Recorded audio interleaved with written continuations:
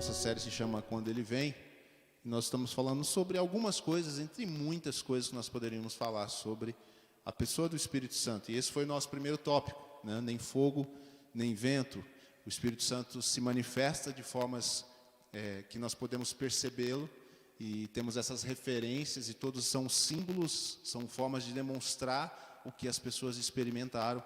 O Espírito Santo também, quando ele vem, às vezes em grandes avivamentos, há uma, se eu posso usar essa expressão, há um aumento de expressões das nossas emoções também.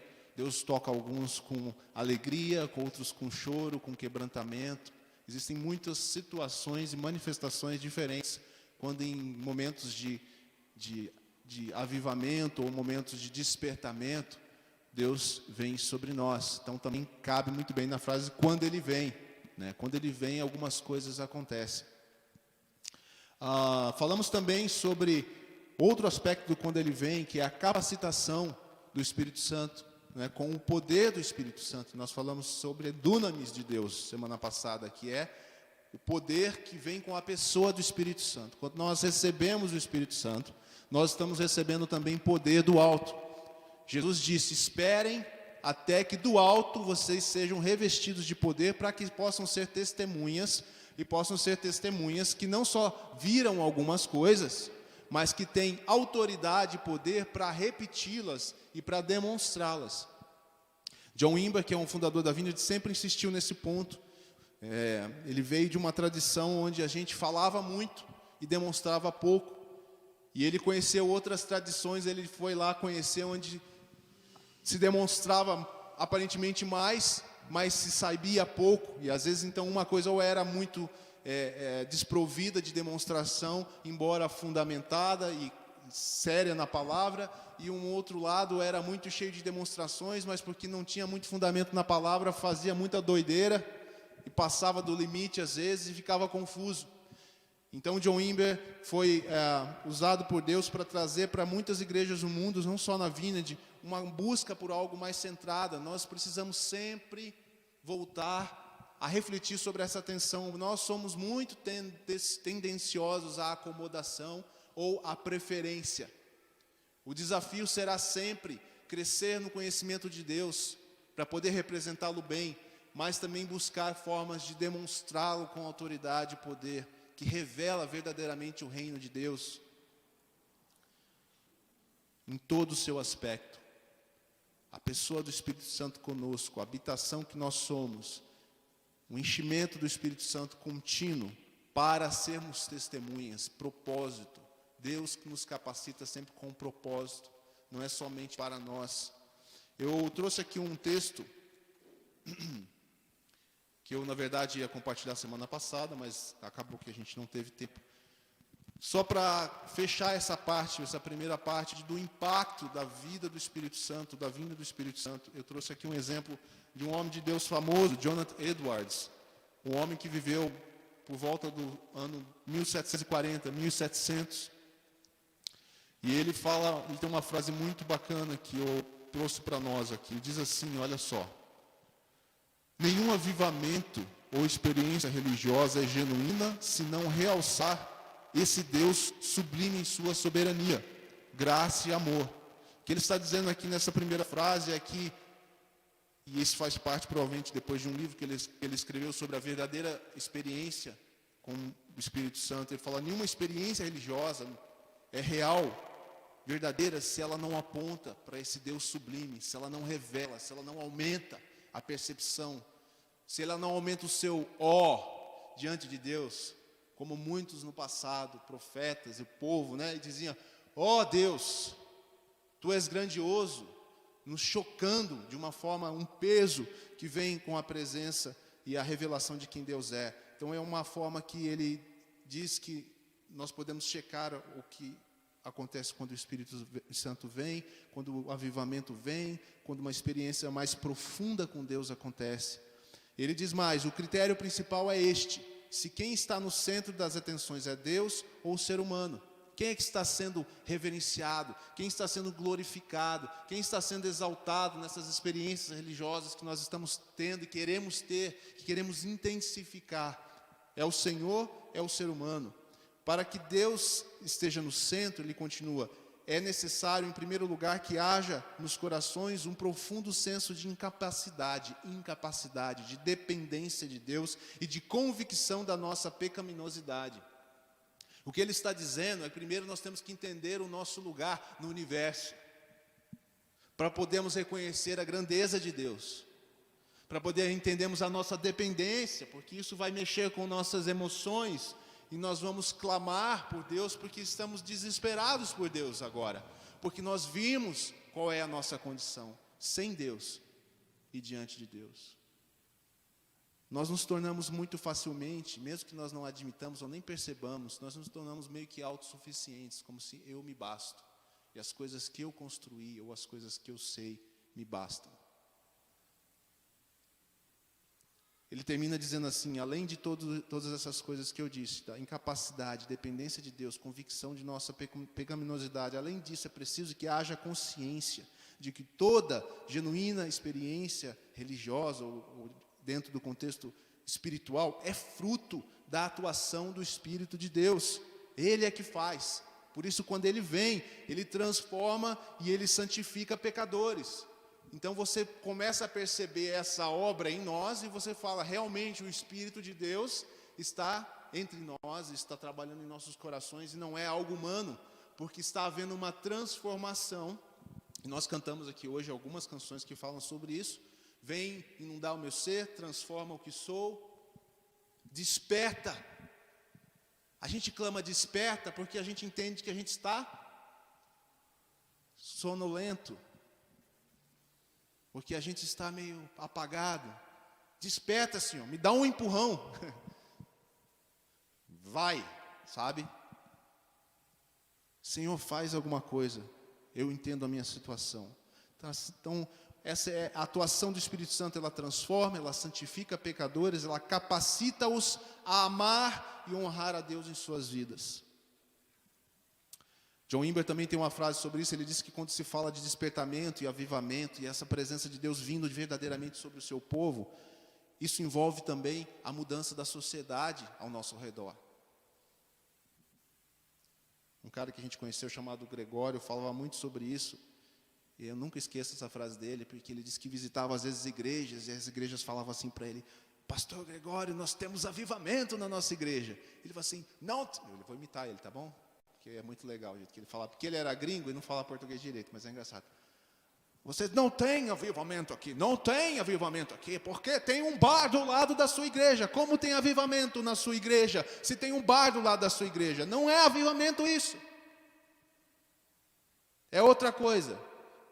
John Wimber dizia, sem mudança da sociedade, não podemos alegar verdadeiro avivamento. Se o avivamento é algo que fica preso dentro dessa igreja, desse lugarzinho aqui, ele não é um verdadeiro avivamento, mas pode ser um despertamento. Pode ser um começo de algo de Deus para levar a algo maior. É engraçado que a frase de John Wimber é, eu nem sei o que nós temos, quando nós temos algo chamado avivamento, mas que não atinge a sociedade. A história das igrejas vineyards é uma história de um despertamento, de um avivamento que explodiu na região, com conversões no estilo Novo Testamento, ali em Pentecostes. Temos imagens lá daquela época, não só da Vineyard, tá? Eu estou usando aqui porque é daquela época, mas o movimento Jesus Movement, com 2-3 mil pessoas sendo batizadas na praia. Você já pensou? Isso é um verdadeiro avivamento, é lá que nós queremos chegar. Mas eu gosto da frase do John Edwards que diz que quando o Espírito começa a vir e atuar em nós, ele nos transforma, ele nos santifica, ele nos capacita a amar e honrar a Deus em suas vidas. Abra sua Bíblia aí em Lucas 7, eu quero usar o exemplo, muito bonito. E esse texto ficou na minha mente já há umas 2 semanas, enquanto eu refletia sobre o que exatamente eu ia falar, nesse episódio que se chama Amo Amar Você. Não é uma reunião sobre casais hoje, tá bom?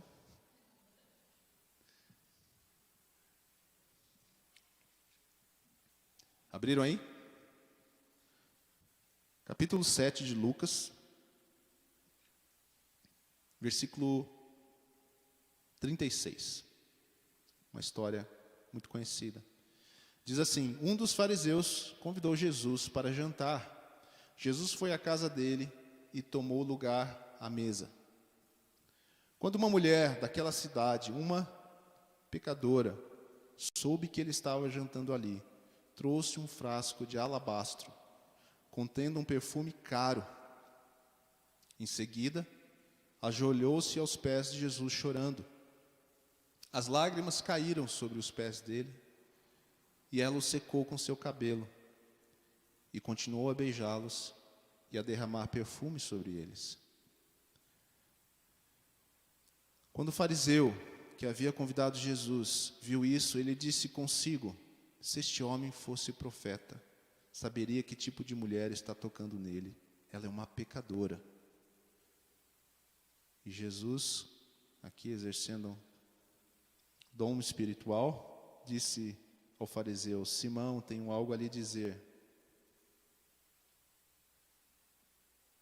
Só um pouquinho. Fechou aqui. Tenho algo a lhe dizer, Simão. Diga, mestre, respondeu Simão. Ele nem sabia que Jesus já sabia o que ele estava pensando. Senão talvez ele tinha pedido para ir na cozinha, não sei. Diga, mestre, respondeu Simão. Então Jesus lhe contou uma história. Um homem emprestou dinheiro a 2 pessoas, 500 moedas de prata uma delas, 50 a outra, 10 vezes menos. Como nenhum dos devedores conseguiu lhe pagar, ele generosamente perdoou ambos e cancelou suas dívidas. Qual deles o amou mais depois disso? Simão respondeu: suponho que aquele de quem ele perdoou a dívida maior. Você está certo, disse Jesus. Então voltou-se para a mulher e disse a Simão: veja, esta mulher ajoelhada aqui, quando entrei em sua casa, você não ofereceu água para eu lavar os pés, mas ela os lavou com suas lágrimas e os secou com seus cabelos.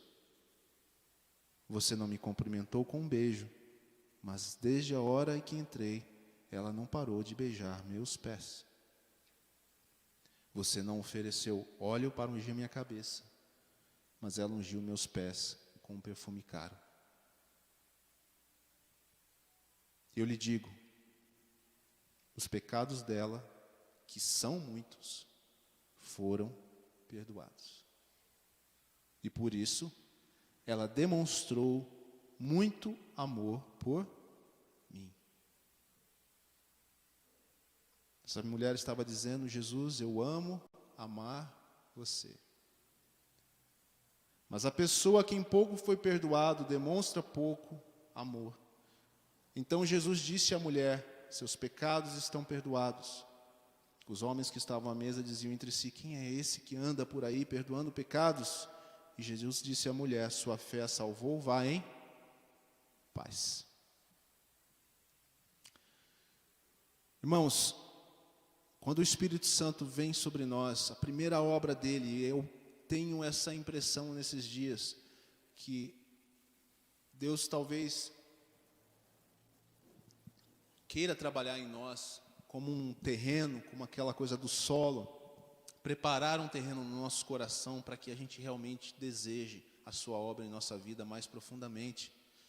E a minha impressão é que talvez existem coisas que nós precisamos relembrar ou entender antes mesmo que o Senhor venha sobre nós de uma forma mais intensa, porque Ele precisa encontrar algumas coisas em nós. A ordem das coisas são importantes para Deus, a ordem que elas acontecem. Essa mulher, uma história muito simples, mas muito profunda. É difícil esquecer dessa frase, né? Aquela que foi muito perdoado, aquele que muito foi perdoado, muito amou, seja na parábola das dívidas ali, seja na realidade daquela mulher. O amor, ele é algo que se demonstra, que nós começamos a experimentar e também a demonstrar, quando ele começa a agir no nosso coração e quando nós realmente amamos o Senhor. Estamos começando a nos preparar para um segundo passo de relacionamento com Ele, digamos assim. Eu creio que é preciso amar o Senhor, ao mesmo tempo que é o Senhor quem nos permite amá-lo. Entende? É um paradoxo. Nós não conseguimos amar o Senhor sem que Ele haja em nós. Mas nós, ao mesmo tempo nós precisamos buscar amá-lo e buscar algo nele que nos capacite a amá-lo. Jonathan Edwards falou, a capacitação vem do Espírito, mas vem de uma revelação.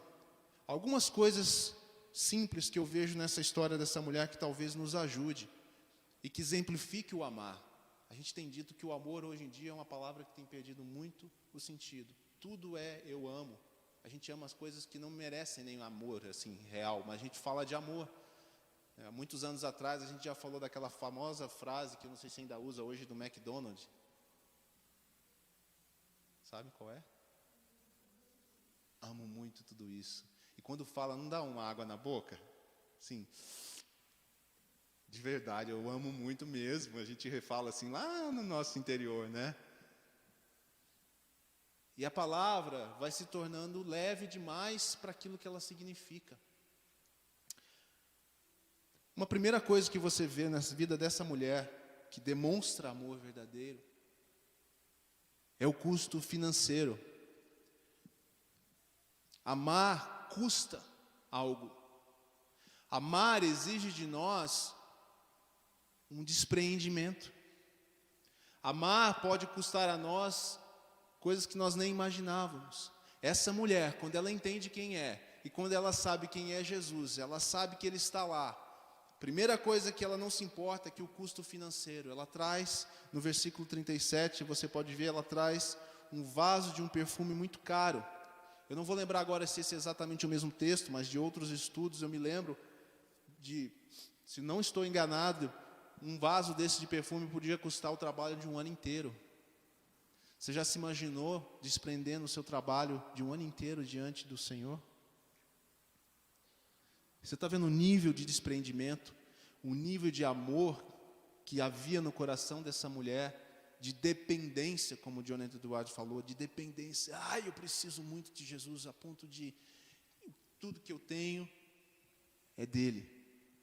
Eu não tenho como não desprender mais em favor dele. Ela não se importou com o custo financeiro e ela trouxe um frasco de alabastro com perfume caro e desperdiçou ela. Eu acho que, se eu não estou enganado, de novo, para não falar besteira aqui, tem uma situação que até uns dos discípulos dizem, olha que desperdício, né? Podia dar aos pobres. Que santo, né? Que irmão espiritual, né? Que homem envolvido com a justiça social, né? Mas sem percepção do momento.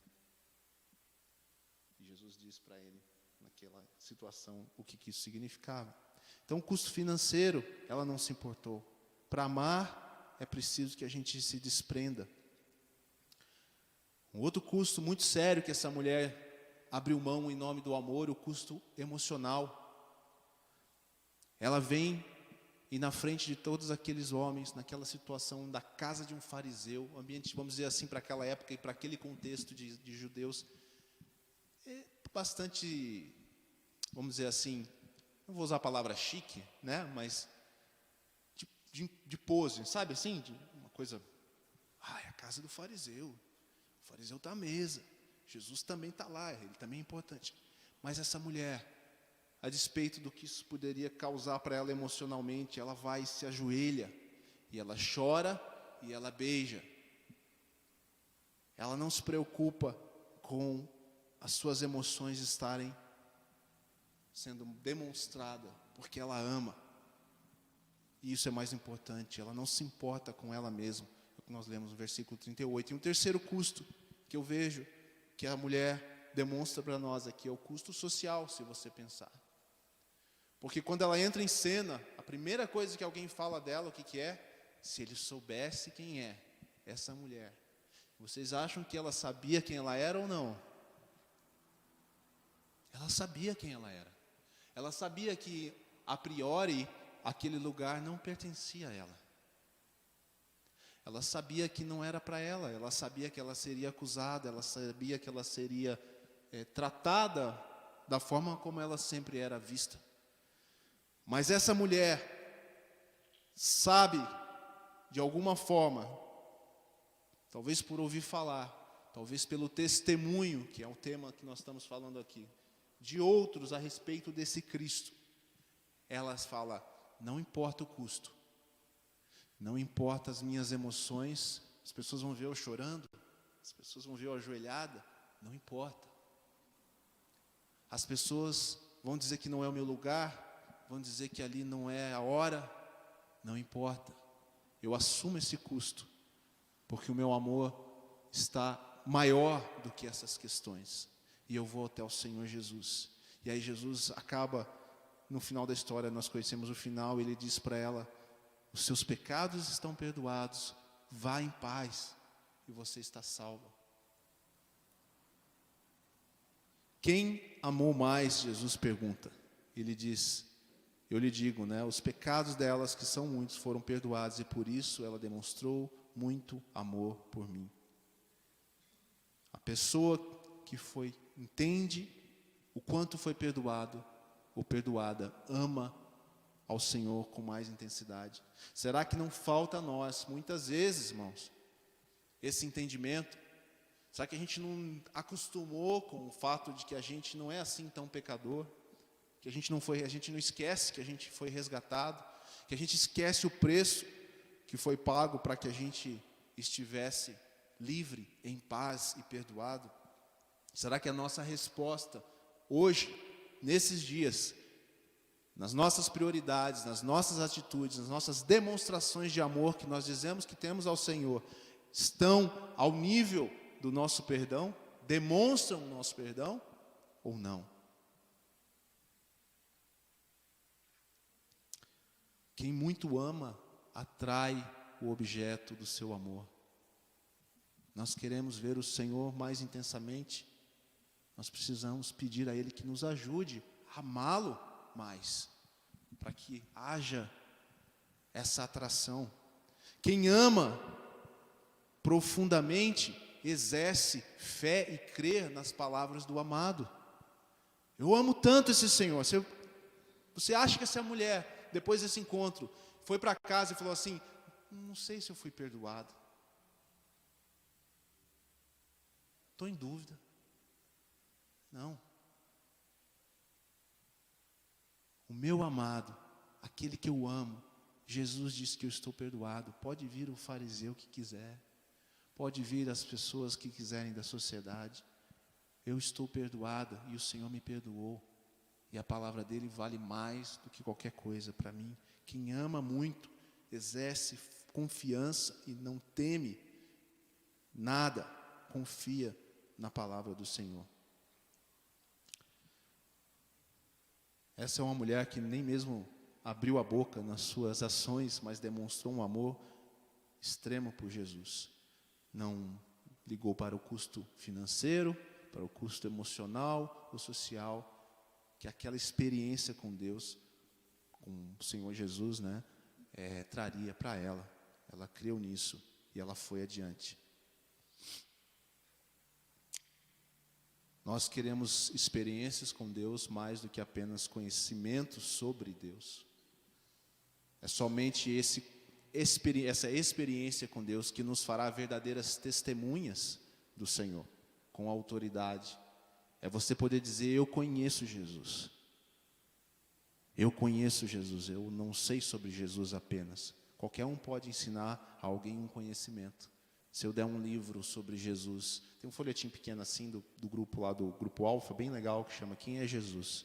Eu posso dar esse folheto para qualquer pessoa com escolaridade, talvez aí, de leitura. Não precisa nem ter feito muito mais. Estuda aqui isso aqui. Ela vai conseguir estudar, ela vai conseguir ensinar alguém. Mas só as experiências com Deus que nos trazem verdadeira autoridade, essa intimidade da experiência é que faz diferença no testemunho.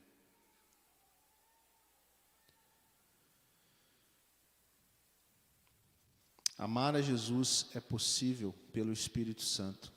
Romanos 5,5, se você puder abrir aí, é um texto que muito bom de você guardar, talvez manter ele pertinho de você. É isso mesmo? Vamos ver aqui. Tem dias que eu fico assustado com a minha memória. Versículo 5 do capítulo 5 de Romanos diz, e essa esperança não nos decepcionará, pois sabemos quanto Deus nos ama, uma vez que Ele nos deu o Espírito Santo para nos encher o coração com o seu amor.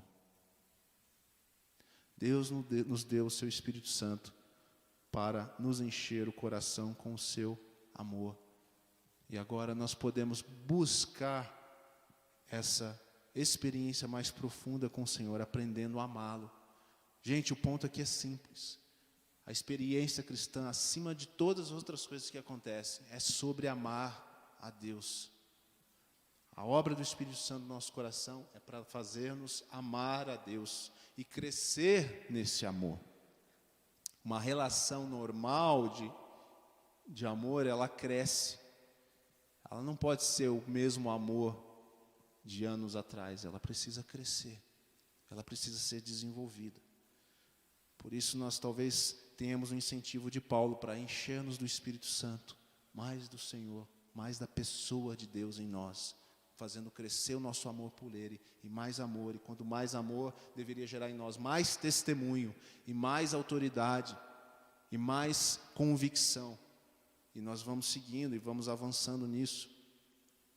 Queria terminar aqui citando 2 outros exemplos, na verdade da mesma pessoa, talvez só para reforçar um pouco, que eu gosto muito desse exemplo também, que é Pedro. Pedro é uma daquelas pessoas que eram muito rápidas, para demonstrar aquilo que sentia, às vezes de forma equivocada, mas ele era autêntico.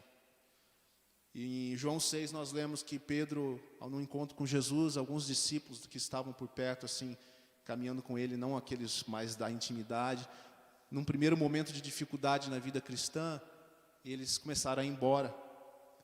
E Jesus pergunta, mais alguém quer ir embora? Eu gosto de Jesus, viu? Jesus tem umas coisas assim, a gente fica às vezes cheio de dedo com umas coisas e Jesus fala, aí, quer ir embora? Pode ir embora. O reino de Deus eu estou aqui para te dar o sustento, eu vou te ajudar, mas é punk. Precisa tomar uma decisão séria. E Pedro, eu talvez na minha mania de imaginar algumas cenas, eu acho que Pedro com os olhos, sabe aquela figurinha de emoji assim, com os olhinhos assim? Sabe? Pedro com uma carinha assim, ele fala, Senhor, para onde a gente vai? Para onde, Senhor, a gente vai? Eu vejo ali uma pontinha de verdadeiro amor de Pedro, de andar com aquele Senhor, com aquele estranho que passou um dia na praia e falou, vem e segue-me. E Pedro anda com esse Senhor, e ele está vendo o que Jesus faz, ele está conhecendo Jesus, ele está vendo a compaixão de Jesus, ele está vendo a autoridade de Jesus na palavra, ele está vendo a autoridade de Jesus com as pessoas, com lideranças que estavam equivocadas, com autoridades. Ele está vendo o amor de Jesus, e o que está fazendo isso no coração dele? Gerando amor pelo Senhor. Jesus, olhinho de emoji. Só o Senhor tem as palavras da vida eterna, para onde eu vou, Senhor? Isso é amor, porque não quero mais deixar aquela pessoa nunca mais. E eu troco a presença e a companhia dessa pessoa por qualquer outra coisa ao meu redor, que estiver disponível. Por isso a dor de Pedro, provavelmente na noite da crucificação, ali da prisão de Jesus, é imensa. Porque quando você ama alguém tão profundamente, dói muito quando você decepciona essa pessoa. E em capítulo 21, quando Jesus já ressuscitado vem comer um peixinho ali com os seus queridos discípulos, Pedro ainda está nessa fase de sofrência, de se sentir um traidor de um amor que ele declarou tão claramente. Para onde iremos, Senhor? Só o Senhor tem as palavras de vida eterna. Não conheço Jesus. Não, nunca estive com ele. Pedro está ali. E Jesus chega para ele, vocês conhecem a história, ele pergunta 3 vezes para Pedro, ele diz, Pedro, você me ama? Gente, qual é a pergunta que Jesus faz para Pedro? Que faz para nós hoje e fará sempre? Você me ama? É do meu amor por você e do seu amor por mim que todas as outras coisas irão fluir com realidade, em espírito, em verdade, em comunhão, em relacionamento. É sobre amar a Jesus. É sobre amar a Jesus. Jesus fala para ele, tu me amas, Pedro?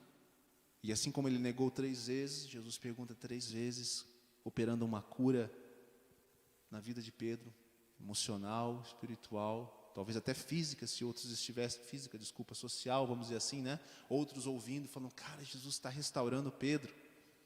A gente estava incomodado de falar desse assunto, sabe aquela coisa assim? Agora a gente vai poder conversar, porque o mestre está restaurando Pedro. E Jesus diz para ele uma coisa muito interessante. Ele diz para ele, depois da 3ª vez, quando Pedro diz, Senhor, tu sabes que eu te amo. Ninguém engana Jesus, né? Tu sabes que eu te amo, Senhor. E aí Jesus fala, eu sei, Pedro, apacenta as minhas ovelhas. Quando Jesus encontra pessoas que o amam, Jesus transfere seu ministério para essas pessoas. Quando Jesus chegou pregando, uma das frases famosas sobre ele diz assim, ele desceu do barco, olhou a multidão e disse, e teve compaixão da multidão, porque viu elas como ovelhas que não tinham pastor. Pedro, tu me amas? Sim, apacenta as minhas ovelhas. Quando Jesus encontra pessoas que o amam profundamente, ele delega para elas a autoridade de se tornarem pastores para ovelhas sem pastor, por causa da compaixão dele. Aqui eu não estou falando de pastor de título, né? A figura do cuidado. Existem muitas ovelhas por aí sem pastor. Se Jesus andasse em meio à nossa sociedade, ele ia sofrer de compaixão. Quantas pessoas sem pastor? Não é a figura do pastor apenas, amém? É a figura dos discípulos, pessoas que Jesus está autorizando a serem pequenos pastores de rebanhos, de terem compaixão.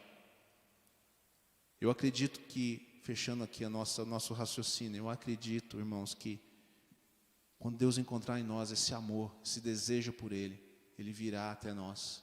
Quando Ele entender que nós estamos buscando a Ele, por causa dEle, e por causa dEle, obviamente por causa da missão dEle, Ele nos capacitará, porque é promessa. Ele disse, vocês receberão poder para seres o quê? Minhas testemunhas. Vocês vão receber. Vocês querem ser minhas testemunhas? Veja, Jesus falou isso e os discípulos permaneceram aguardando.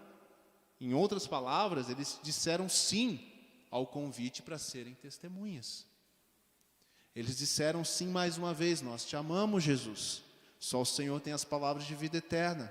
Sem o Senhor nós não vamos a lugar nenhum. Vamos aguardar e seremos capacitados. Salmo 51:17 diz assim, o sacrifício que Deus deseja é um espírito quebrantado. É como a mulher pecadora, quebrantado diante de Deus. Não rejeitarás um coração humilde e arrependido. Quando nós vamos até Deus, estamos buscando a Deus, querendo mais de Deus, precisamos fazê-lo com o coração de um pecador arrependido, um coração quebrantado. Não tem a música? Tem, né? Um coração quebrantado e humilde. Não rejeita, Senhor. Que mais? Estende a mim. Vergonha, né, Lucas? Você está olhando para mim que você não lembra também, né? A gente lidera e não lembra as músicas. Estende a mim tua graça. O que nós precisamos, gente? Está tudo aí. Faz chover, perdão e graça. E enche-me, Senhor, pois hoje eu preciso do teu amor. Amo amar você. É isso que eu quero para a minha vida, é isso que nós precisamos querer como igreja, e a partir disso o Senhor virá até nós. Jeremias 29:13 diz, se me buscarem de todo o coração, me encontrarão. O que é buscar de todo o coração? É amar, muito amar Jesus. É ser como a mulher pecadora e não se importar com os custos desse amor, mas caminhar em direção a Ele. A oração que nós podemos fazer hoje, talvez é isso. Senhor, quebranta meu coração. A qualquer custo. Seja o custo que for, mostra isso, Senhor. Onde é que eu preciso? O que eu preciso entregar diante do Senhor? Qual é a minha preocupação? Será que eu estou preocupado com a impressão que eu vou dar para as pessoas? Seja num culto normal, seja fora daqui. com o meu testemunho? Qual é a minha preocupação? Será que eu acho que não é o meu lugar? Será que eu não fui chamado? Todos nós fomos chamados, porque um só Espírito enche o nosso interior e um só Espírito nos leva à missão com o Senhor. Nós queremos ver o Senhor agindo aqui? Sim. Nós queremos ver o Senhor agindo fora? Sim. Nós queremos o todo de Deus, nós queremos o impacto do reino vindo como veio em Jesus. Nós queremos que o Espírito Santo nos encha.